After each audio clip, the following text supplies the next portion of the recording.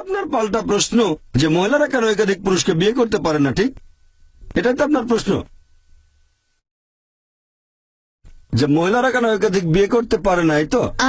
আসলে আমি বলতে চাচ্ছি, যদি মহিলাদের সংখ্যা কমে যায় আর পুরুষের সংখ্যা বেড়ে যায়, তাহলে একজন মহিলার 2-3 জন স্বামী থাকতে পারে। খুব সুন্দর প্রশ্ন করেছেন, যে যদি এরকম হয় তবে আল্লাহ সুবহানাহু ওয়া তাআলা আমাদের সৃষ্টিকর্তা, তিনি অনেক ভালো জানেন আমাদের চেয়ে, তিনি আমাদের স্রষ্টা।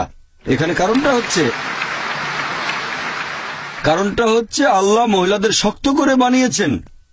মহিলারা মেডিকেলি পুরুষের চেয়ে অনেক বেশি শক্ত। এটা কি জানেন? আমি একজন মেডিকেল ডাক্তার। মেডিকেলি মহিলারা পুরুষের চেয়ে অনেক বেশি দিন বাঁচে। আমরা ভাবি পুরুষের শক্তি বেশি, শরীরের জোরটা একটু বেশি, তবে মেডিকেলি মহিলাদের শক্তি বেশি। মহিলারা অনেক দিন বেশি বাঁচে। মহিলাদের গড়ায়ু পুরুষের আয়ুর চেয়ে কয়েক বছর বেশি। শিশুকালেও মেয়েরা তুলনায় কম মারা যায়। এবার আপনার প্রশ্নটা নিয়ে বলি, যে ইসলাম পুরুষদের অনুমতি দিয়েছে তারা একাধিক বিয়ে করতে পারে, কিন্তু এখানে মহিলাদের একাধিক বিয়ের অনুমতি দেওয়া হয়নি কেন?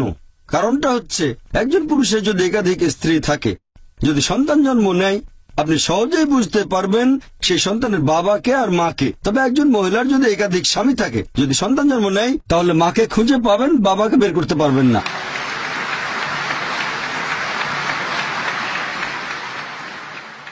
তারপর সন্তানকে স্কুলে ভর্তি করতে যাবেন, এর বাবার নাম কি? তখন হয়তো দুটো নাম দিতে হবে।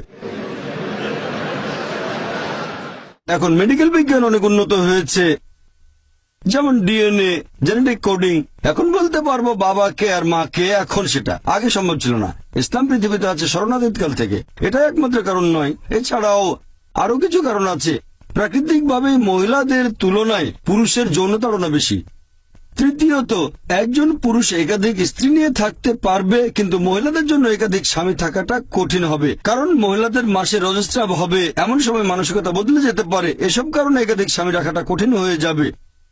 এছাড়াও এখনকার দিনের বিজ্ঞান আমাদের বলে যে একজন পুরুষের যদি একাধিক যৌনসঙ্গী থাকে আর তাদের প্রতি বিশ্বস্ত থাকে, যেমন একজনের যদি একাধিক স্ত্রী থাকে, একাধিক যৌনসঙ্গী থাকে, আর তারা সবাই যদি একে অন্যের প্রতি বিশ্বস্ত থাকে, তাহলে সেই পুরুষের অথবা সেই মহিলার কোন রকম যৌনবাহিত রোগ হবে না। তবে একজন মহিলার যদি একাধিক যৌনসঙ্গী থাকে, যদি তার একাধিক স্বামী থাকে, তাহলে তাদের যৌনবাহিত রোগ হবে।